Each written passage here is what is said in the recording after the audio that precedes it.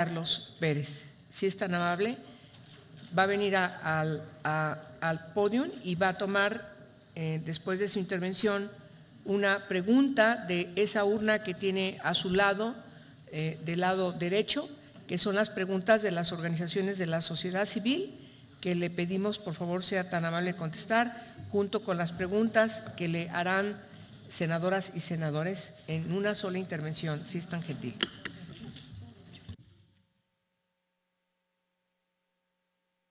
Por favor, una intervención de 5 minutos. Tiene los relojes en los costados para que pueda determinar su tiempo.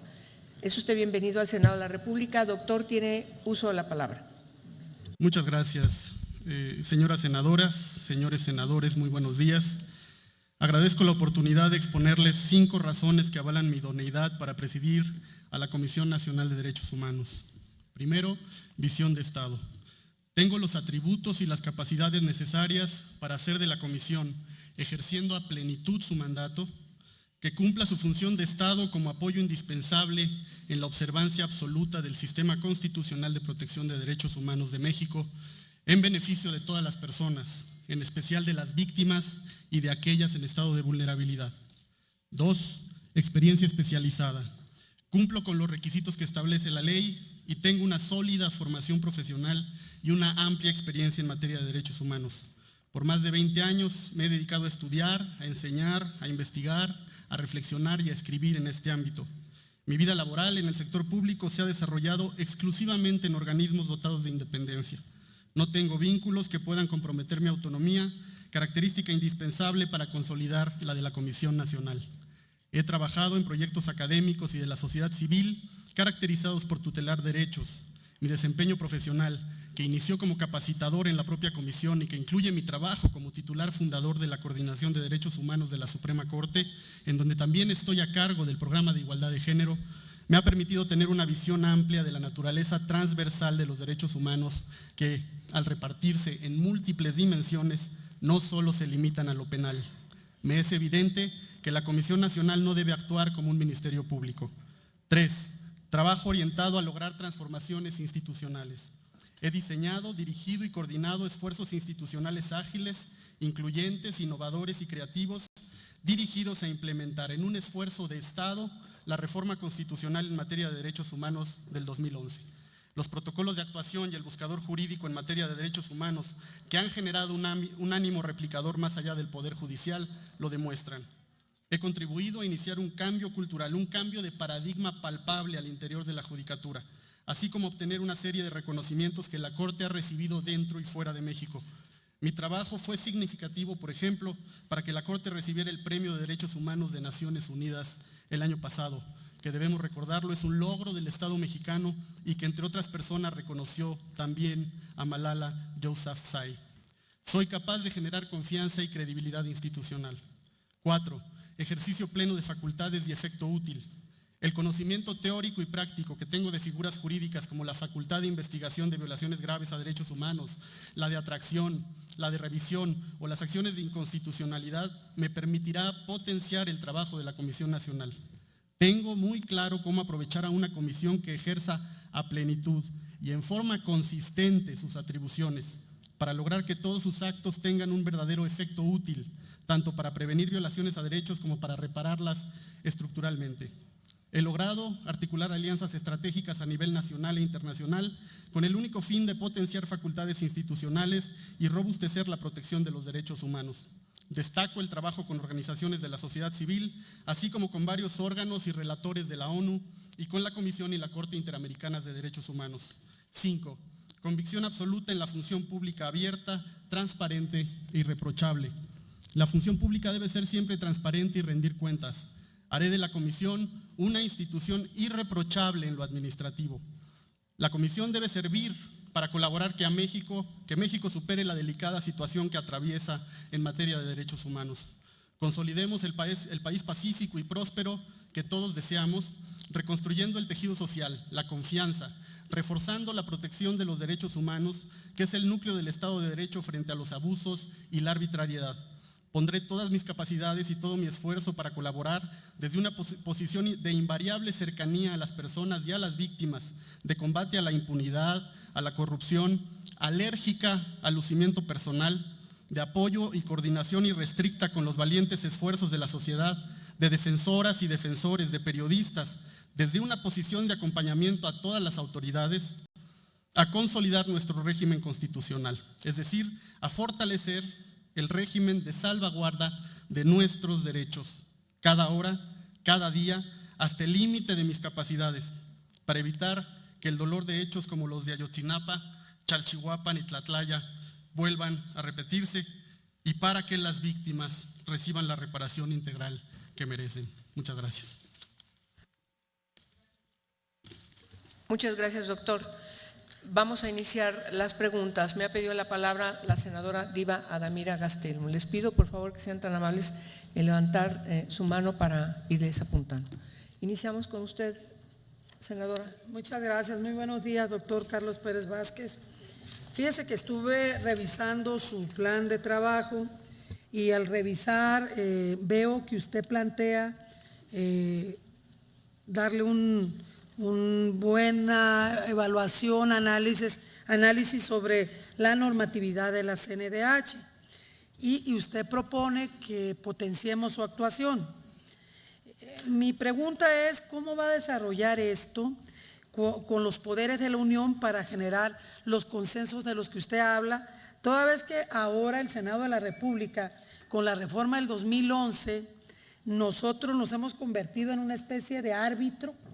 No encuentro otra palabra porque no me parece que sea un tribunal, que cuando una recomendación es dada por la CNDH y no es acatada, el Senado de la República puede participar. ¿Cómo le va a hacer usted? Primero, para alcanzar los consensos necesarios entre los poderes de la Unión y esta parte de relación que vamos a tener, que va a tener la CNDH y el Senado, ¿cómo la visibiliza? Muy bien. Ahora, por favor, el senador Jesús Casillas. Gracias, muy buenos días, doctor Carlos Pérez Vázquez. En términos generales y en razón de lo que está en juego, la Comisión Nacional de Derechos Humanos, un organismo al cual goza de una gran credibilidad, pero que también ha definido en algunos aspectos una línea muy delgada entre lo que está en el derecho, lo que es un derecho humano o lo que es eminentemente subjetivo y que muchos ciudadanos consideran que debe atenderse como un derecho de las personas. En ese sentido, ¿qué define qué es un ser humano? ¿La ciencia o el derecho? Usted, ¿cómo lo definiría? Y a partir de ello, ¿cómo construye el concepto de dignidad humana? Por su respuesta, muchas gracias. Muchas gracias, senador. Por favor, senador Benjamín Robles. Muchísimas gracias. Bienvenido igualmente al ponente. Durante los periodos de José Luis Soberanes doctor, y del actual presidente, tengo la impresión de que la relación de la Comisión Nacional de los Derechos Humanos con una gran cantidad de organizaciones no gubernamentales en materia de derechos humanos ha sufrido un deterioro de grandes proporciones, de tan grandes proporciones inclusive, que creo que a la fecha prácticamente no existe una colaboración ni coordinación en los trabajos de la Comisión y de estas organizaciones no gubernamentales. En ese contexto le quiero preguntar, ¿considera usted necesario reimpulsar una relación de colaboración y coordinación entre la Comisión Nacional de Derechos Humanos y estas organizaciones no gubernamentales de derechos humanos? Insisto en la pregunta. En otro contexto, el acercamiento con las ONGs debe ser un tema prioritario en la renovación de la dirección de nuestra Comisión Nacional en materia de derechos humanos. ¿Qué acciones, doctor, llevaría a cabo para reconstruir la relación e interlocución de la Comisión Nacional de Derechos Humanos con las organizaciones no gubernamentales? Gracias, senador. Por favor. Una última pregunta por su propio currículum, que tiene experiencia con el Poder Judicial de la Federación. Quisiera preguntarle, a su juicio, cuál debe ser el papel de la Comisión Nacional de Derechos Humanos frente a las violaciones de derechos humanos cometidas por los órganos del Poder Judicial de la Federación. Es cuanto, senadora presidente. Senadora Lucero Saldaña, si es tan gentil. Presidenta, bienvenido a esta reunión de comisiones conjuntas. Precisamente por su perfil y su experiencia, ¿podría hablarnos de los casos en donde la Comisión Nacional de Derechos Humanos ha presentado acciones de inconstitucionalidad ante la Suprema Corte de Justicia y cuál ha sido el resultado? Muchas gracias. Si es tan amable, el senador David Monreal.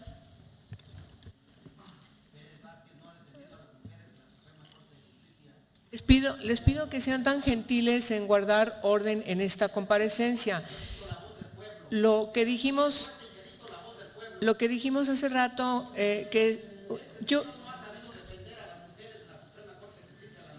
le pido, señor, que sea tan gentil en guardar orden en esta comparecencia pública. Bueno, señor, nos vamos a tener que pedirle que guarde silencio para que usted pueda estar aquí. Señor, le pido que guarde silencio. Señor, le pido que voltee a verme. Señor, sea usted tan gentil, señor. Sea usted tan gentil de guardar orden en esta sesión. Nos place mucho que esté usted aquí porque estas sesiones son abiertas, pero sí le pido encarecidamente que nos permita continuar con el proceso y le pido de veras que sea tan gentil en no hacer ninguna expresión. Si usted lo sigue haciendo, entonces vamos a tener que sacarlo. Vamos con el senador David Monreal, que sea tan amable en hacer su pregunta. Buenos días a todos. En el proyecto de trabajo presentado por usted ante esta Cámara, menciona que la Comisión Nacional de los Derechos Humanos, restringiendo indebidamente su mandato, ha colaborado a que la situación de los derechos humanos en México sea seria. En consecuencia, ¿en qué se basa para emitir esta afirmación? ¿Qué omisiones usted encuentra en la actual administración de la Comisión Nacional de Derechos Humanos y cómo actuaría para resolver y o atender estas omisiones sobre algunos casos en particular? De igual cuenta, en el mismo proyecto de trabajo indica que es esencial implementar estrategias que fortalezcan el cumplimiento de las recomendaciones. Sin embargo, el día de ayer, representantes de las organizaciones de la sociedad civil dieron a conocer cifras verdaderamente alarmantes respecto de la pobre efectividad para el cabal cumplimiento de las recomendaciones emitidas por la Comisión Nacional de Derechos Humanos. Hubo inclusive la afirmación de una investigadora del CIDE que de 9,000 quejas, solamente 3 fueron atendidas. De ese tamaño es.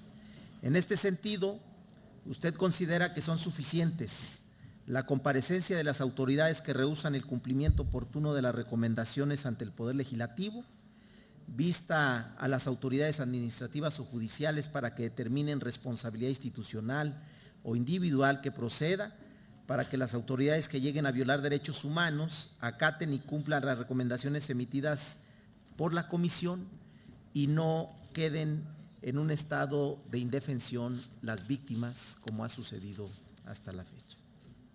Gracias. Senadora Arely Gómez, por favor.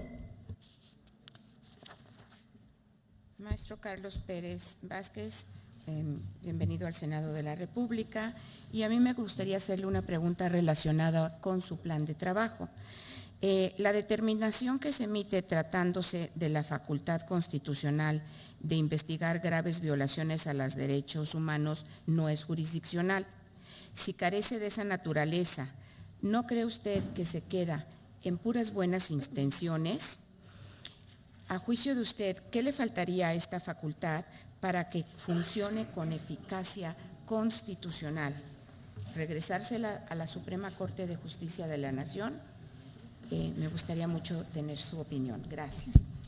Senadora Laida Sansores.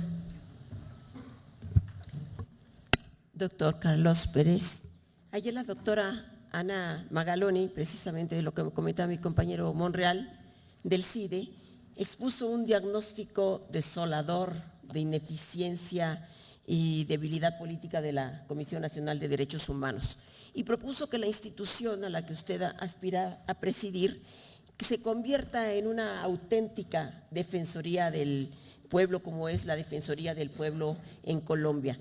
¿Comparte este diagnóstico de ineficiencia? ¿Está de acuerdo con esta propuesta? ¿Cómo la impulsaría? Y aunque los ministros no votan, ¿cómo garantizar, en el sentido de la preocupación de mi compañero Benjamín, que usted va a mantener independencia con el Poder Judicial, con esta Suprema Corte que a veces da destellos de independencia y a veces parece que no termina de destetarse? Senadora Adriana Dávila, por favor. Bienvenido a esta comparecencia. Yo quisiera que abundara sobre la propuesta que tiene del Sistema Nacional de Indicadores en materia de derechos humanos. Nada más. Senador Pablo Escudero, si es tan amable. Gracias, presidenta. Bienvenido, doctor. Doctor, en los apuntes que nos hizo llegar en la página 8, nos habla de una propuesta de cambios legislativos de política pública y prácticas institucionales. Y nos habla de la gran importancia de la cooperación interinstitucional. Y leo textual lo que nos dice. Para este fin se considera de gran importancia una cooperación interinstitucional efectiva con el Poder Legislativo y el Poder Ejecutivo. Mi pregunta sería, ¿por qué no consideró al Poder Judicial? ¿Por qué con el Judicial no? Muchas gracias. Senador Roberto Gil, si es tan gentil. Gracias, presidenta. Bienvenido, doctor Pérez Vázquez. Dos preguntas muy concretas. ¿Cuál es el papel, la función que debe desempeñar la Comisión Nacional de Derechos Humanos para fortalecer las condiciones de seguridad pública en nuestro país? Y en segundo lugar, ¿qué medidas concretas adoptar desde la Comisión Nacional de Derechos Humanos para que sus recomendaciones generen cambios estructurales en la vigencia y defensa de los derechos humanos? Doctor Pérez Vázquez, ¿es tan amable de tomar una pregunta de la urna que tiene a la derecha y leerla en voz alta?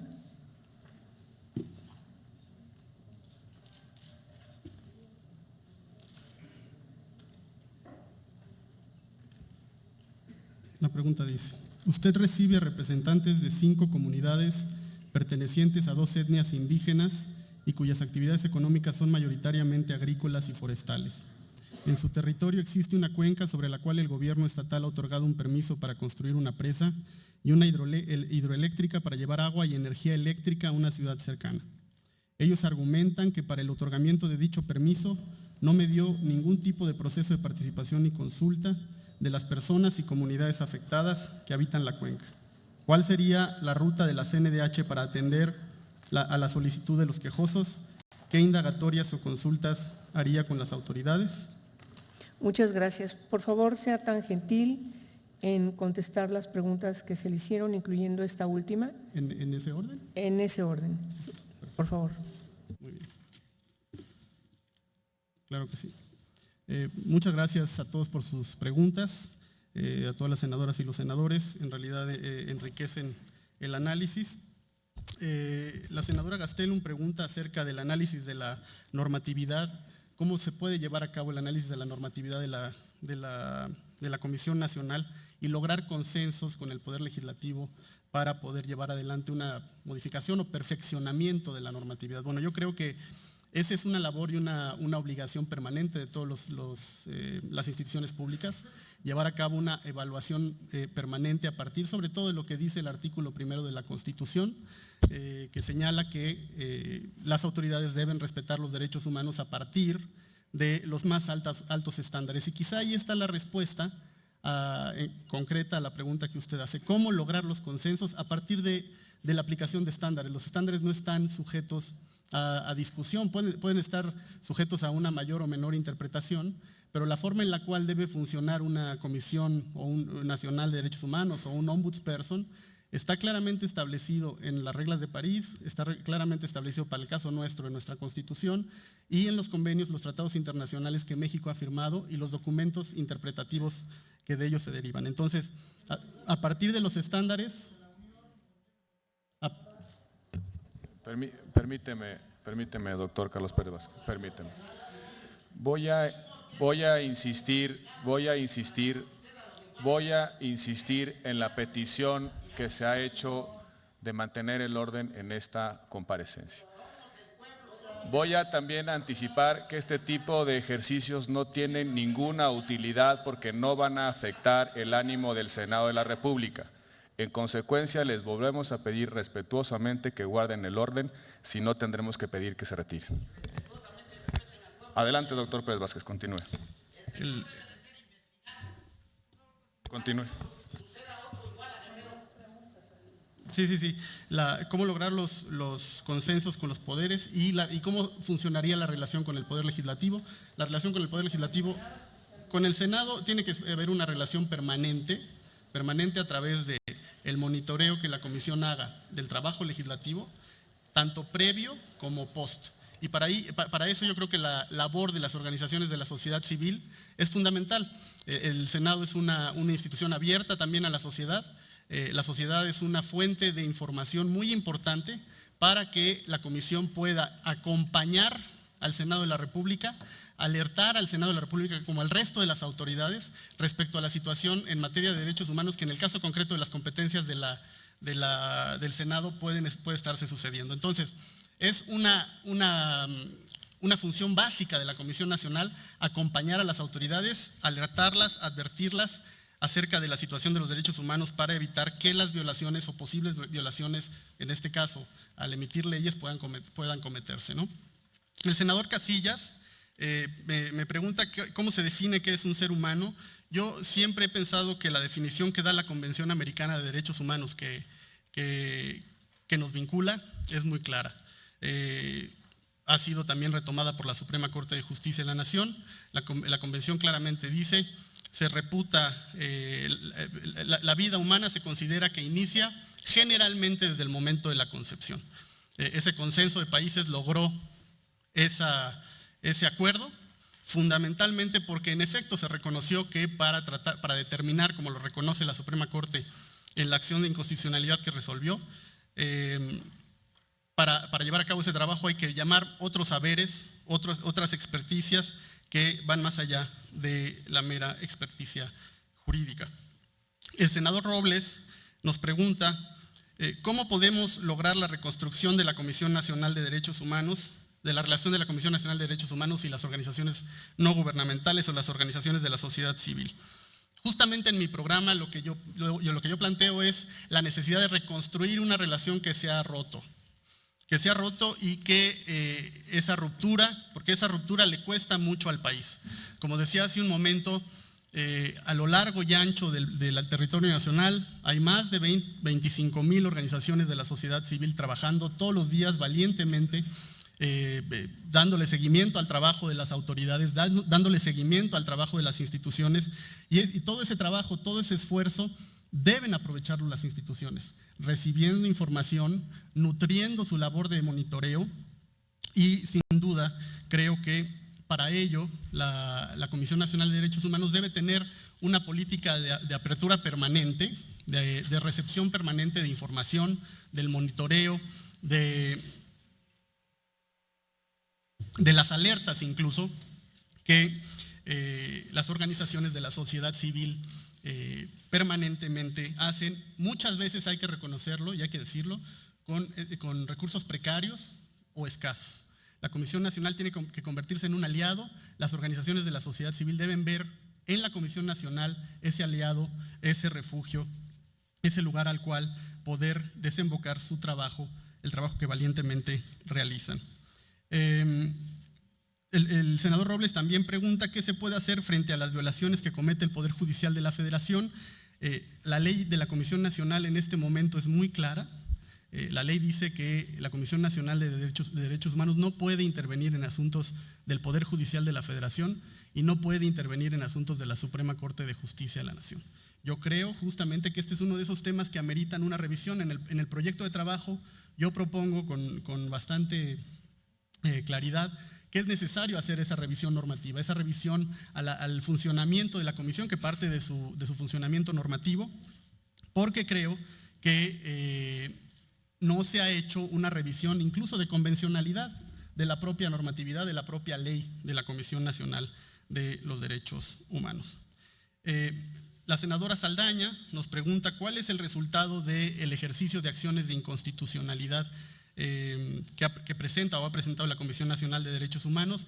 En realidad es bastante magro a la luz de pues el número de actos legislativos que cotidianamente se presentan en el país. No solamente el Congreso Federal emite normas y disposiciones en el ejercicio de sus atribuciones todo el tiempo, sino también lo hacen los congresos de los estados. Y si la acción de inconstitucionalidad que establece el artículo 105 existe, es porque se construye o intenta construir un mecanismo de protección de la Constitución muy sofisticado en el cual participa la Comisión Nacional de Derechos Humanos, en el que participa el más alto tribunal del país, la Suprema Corte de Justicia de la Nación, no para otra cosa, sino para proteger los derechos humanos de las personas. El senador Monreal pregunta por qué se ha restringido o no tienen efecto útil sus actos. Bueno, no tienen efecto útil porque las violaciones se repiten. Quizá el mejor ejemplo que hemos visto recientemente es el caso de Ayotzinapa. En Ayotzinapa hay una recomendación en donde hay hallazgos muy importantes sobre la situación de la Normal, por ejemplo, y esa recomendación, como en general lo son las recomendaciones, parece ser abandonada, no hay seguimiento, no hay una supervisión del cumplimiento de la recomendación, y por eso en muchas ocasiones hay que dar las recomendaciones y la información que genera la comisión parece que no tiene un efecto útil. La senadora Gómez pregunta si la facultad de investigación debe regresar a la Suprema Corte de Justicia de la Nación. Yo creo que no. Yo creo que la comisión, la facultad de investigación no es una facultad jurisdiccional, pero debe ser explotada en toda su capacidad, cosa que no ha sucedido. Construir una Defensoría del Pueblo, bueno, es una idea muy interesante. Implicaría un crecimiento, obviamente, de la Comisión Nacional de Derechos Humanos, y habría que tener primero esa discusión si queremos que la Comisión Nacional se convierta en un litigante, ¿no? En un litigante. En Colombia el modelo ha funcionado, ha tenido sus etapas, su transición también histórica, pero creo que dentro del paquete de normas que habría que revisar de la normatividad que permite el funcionamiento de la Comisión Nacional, este tema hay que ponerlo en la agenda para determinar si la Defensoría, por ejemplo, la Defensoría Pública Federal está bien donde está o hay que ponerla en otro sitio. La senadora Adriana Dávila nos pregunta o nos pide que elaboremos un poco acerca del Sistema Nacional de Indicadores. Es fundamental. Nos hemos encontrado en el Poder Judicial de la Federación que el primer paso para poder lograr que una institución ejerza su mandato como protectora de derechos humanos es que cuente con información autogenerada, que sea lo suficientemente clara y confiable como para orientar procesos y orientar la operación cotidiana. En ese proceso estamos en el Poder Judicial, en algunos trabajando muy arduamente con la oficina del Alto Comisionado de Naciones Unidas en México, y sin duda desde la Comisión Nacional, por su agilidad, por su capacidad de articular esfuerzos de distintas instituciones a nivel internacional, a nivel nacional, la construcción de estos indicadores sin duda tendría una potencialidad enorme. El senador Escudero nos pregunta acerca de la cooperación interinstitucional, nos dice que por qué no se plantea en el proyecto una cooperación directa con el Poder Judicial de la Federación. Simplemente no se plantea así por la pulcritud legal, ¿no? Por los términos en los que existe ahorita, en los que se establece ahorita el funcionamiento de la comisión en la ley. Como mencionaba hace un momento, la ley es muy clara, nos dice que la Comisión Nacional de Derechos Humanos no puede intervenir de ninguna naturaleza en asuntos jurisdiccionales en general y específicamente en todos los asuntos que involucren al Poder Judicial de la Federación y a la Suprema Corte de Justicia de la Nación. Me parece que sería una de las primeras medidas a tomar, de la mano de los poderes de la Unión, hacer esa evaluación. La ley debe continuar de esa manera o no. El senador Gil nos pregunta cuál es el papel de la CNDH para fortalecer las coordinaciones de seguridad pública del país. Es fundamental el papel tendrá que ser fundamental el papel de la Comisión Nacional para fortalecer estas coordinaciones. porque no hay que pasar por alto que cualquier esfuerzo de persecución de delitos, cualquier esfuerzo de blindaje de las políticas de seguridad pública no pueden alejarse, no pueden verse alejadas o distintas, ajenas a una cultura de protección de los derechos humanos. El artículo 1 de la Constitución es muy claro, el párrafo 3 es muy claro. Todas las autoridades, independientemente de su nivel jerárquico, de su ubicación geográfica, del lugar que ocupan en el ordenamiento constitucional del país, están igualmente obligadas por el párrafo 3 de la Constitución. No hay excusas ni pretextos al respecto, y yo creo que en un esfuerzo de prevención y de reparación, sobre todo en la situación por la que atraviesa el país, la Comisión Nacional de Derechos Humanos tiene aquí un campo fértil para poder avanzar en esta propuesta que hago de reforzar su facultad y su actividad de alerta, de acompañamiento, de advertencia, preventiva, obviamente, y una vez que si hay violaciones que se cometen, con toda transparencia y con toda contundencia, señalarlas y señalar, por supuesto, a los responsables. ¿Cómo hacer los cambios estructurales de las recomendaciones? Esta es una pregunta que tiene, digamos, un amplio desarrollo en el programa de trabajo, en el proyecto de trabajo. Las recomendaciones de la Comisión Nacional de Derechos Humanos no son documentos muertos, no son sentencias, no causan estado, no son averiguaciones previas. A mí me parece que una recomendación debe convertirse en una fuente de información socialmente útil, al igual que un informe de la Comisión Nacional.